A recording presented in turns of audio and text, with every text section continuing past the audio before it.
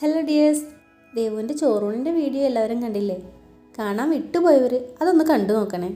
വീഡിയോൻ്റെ ലിങ്ക് ഞാൻ കമൻറ്റിൽ പിൻ ചെയ്തിട്ടുണ്ട്. ചോറൂണിൻ്റെ വീഡിയോയിൽ പറഞ്ഞതുപോലെ തന്നെ വൈകി പോയ മറ്റൊരു വഴിപാടിനുള്ള യാത്രയാണിന്ന്. രാവിലെ ദേവുവിനെ ഉണർത്താൻ പോയപ്പോഴേക്കും ആളുടെ ഉറക്കമൊക്കെ ഏകദേശം കഴിഞ്ഞിരുന്നു. നമുക്കിന്നൊരു സ്ഥലത്തേക്ക് പോവാം എന്ന് പറഞ്ഞപ്പോഴേക്കും ദേവു ചാടി എണീറ്റു. പിന്നെ അവളെ കുളിപ്പിച്ച് ഒരുക്കിയെടുക്കുന്നത് ഒരു ടാസ്ക് തന്നെയായിരുന്നു.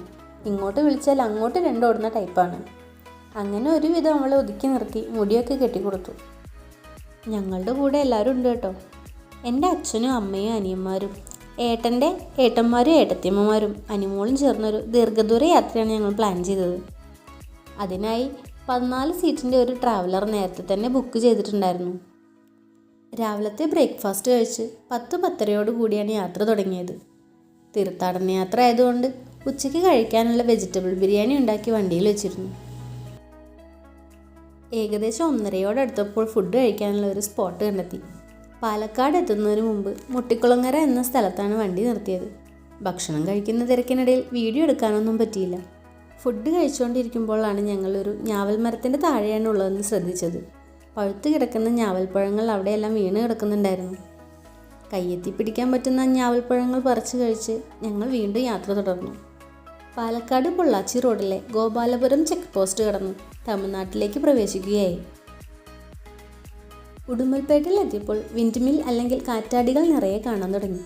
റോഡിൻ്റെ ഇരുവശത്തും കാറ്റാടികൾ നിറഞ്ഞിരിക്കുന്നതിനാൽ എങ്ങോട്ട് നോക്കണമെന്ന കൺഫ്യൂഷനിലായിരുന്നു ദേവുവും അനുമോളും. രണ്ടുപേരും ആദ്യമായിട്ടാണ് കാറ്റാടി കാണുന്നത്. അതുകൊണ്ട് തന്നെ രണ്ടാളും നല്ല എക്സൈറ്റ്മെൻറ്റിലായിരുന്നു. ദേ, ആ കാണുന്നതാണ് നമ്മുടെ ലക്ഷ്യസ്ഥാനം.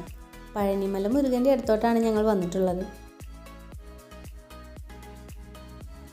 പഴനി ഒത്തിരി പുരോഗമിച്ചതുകൊണ്ട് വിശാലമായൊരു പാർക്കിംഗ് സൗകര്യം തന്നെ ഇവിടെ ഉണ്ട്. ഏകദേശം വൈകുന്നേരം 5 മണിയോടെയാണ് ഞങ്ങൾ ഇവിടെ എത്തിയത്. ഇപ്പോഴത്തെ ചൂട് അതികഠിനമായതുകൊണ്ട് വൈകുന്നേരം മല കയറാം എന്നുള്ള പ്ലാനോട് കൂടി തന്നെയാണ് ഞങ്ങൾ വന്നത്. ഡ്രസ്സൊക്കെ ചേഞ്ച് ചെയ്ത് ഞങ്ങൾ ഈ പോകുന്നത് വേറെ എങ്ങോട്ടല്ല, ദേവുവിൻ്റെ തല മൊട്ടയടിക്കാനാണ്. മാസങ്ങൾക്ക് മുന്നേ മൊട്ടയടിക്കുന്നതിനെക്കുറിച്ചൊക്കെ ദേവുവിനെ പറഞ്ഞ് മനസ്സിലാക്കിയതുകൊണ്ട് അവൾ വളരെ കൂളായിരുന്നു. മൊട്ടയടിക്കുമ്പോഴും ചിരിച്ചുകൊണ്ടിരിക്കുന്ന അവളുടെ മുഖം കണ്ടപ്പോൾ ഞാനും അമ്മയും കരഞ്ഞുപോയി. എല്ലാം കഴിഞ്ഞ് ഇറങ്ങിയപ്പോഴും ദേവു നല്ല ഹാപ്പിയായിരുന്നു. പാർക്കിങ്ങിൽ നിന്ന് മെയിൻ എൻട്രൻസിലേക്ക് ഒത്തിരി ദൂരം നടക്കാനുണ്ട്. നടക്കാൻ ബുദ്ധിമുട്ടുള്ളവർക്ക് ഫ്രീ ആയി ഇലക്ട്രിക് ക്യാബ് സർവീസും ഉണ്ട്. അമ്മയും അച്ഛനും ഈ ക്യാബിലാണ് എൻട്രൻസിലേക്ക് വന്നത്. മെയിൻ എൻട്രൻസിൻ്റെ അടുത്തുനിന്നാണ് ദേവുവിൻ്റെ തലയിൽ കളഭം തേച്ചത്. അതിൻ്റെ നീറ്റൽ കാരണമാണ് ദേവു ഒന്ന് കരഞ്ഞത്. കളഭം ഉണങ്ങിയപ്പോഴേക്കും ആളും ഓക്കെ ആയി. ഈ സമയത്ത് അവിടെ അത്യാവശ്യം നല്ല തിരക്കുണ്ടായിരുന്നു. മുകളിൽ വീഡിയോഗ്രാഫി അനുവദിക്കാത്തതുകൊണ്ട് കൂടുതലായൊന്നും ഷൂട്ട് ചെയ്യാൻ പറ്റിയില്ല. മുകളിൽ നിന്ന് താഴേക്ക് നോക്കിയാലുള്ള ഷോട്ട് മാത്രമേ എടുക്കാൻ സാധിച്ചുള്ളൂ. തൊഴുതിറങ്ങി പാർക്കിങ്ങിലേക്ക് നടക്കുമ്പോഴാണ് ഞങ്ങൾ ഈ ഒരു കാഴ്ച കാണുന്നത്. സ്ത്രീകളും കുട്ടികളും അടങ്ങുന്ന ഒരു ഗ്രൂപ്പ് നൃത്തം ചെയ്യുന്നതാണ് കണ്ടത്.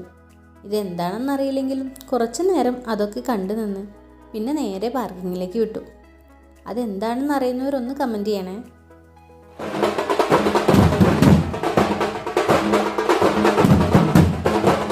തിരിച്ച് വണ്ടിയുടെ അടുത്തേക്ക് ചെല്ലുമ്പോൾ അവിടെ ഒരാൾ കോൺ വിൽക്കുന്നുണ്ടായിരുന്നു. അവിടുന്ന് ഓരോ കോണും വാങ്ങി കഴിച്ചതിന് ശേഷം വീട്ടിലേക്ക് തിരിച്ചു.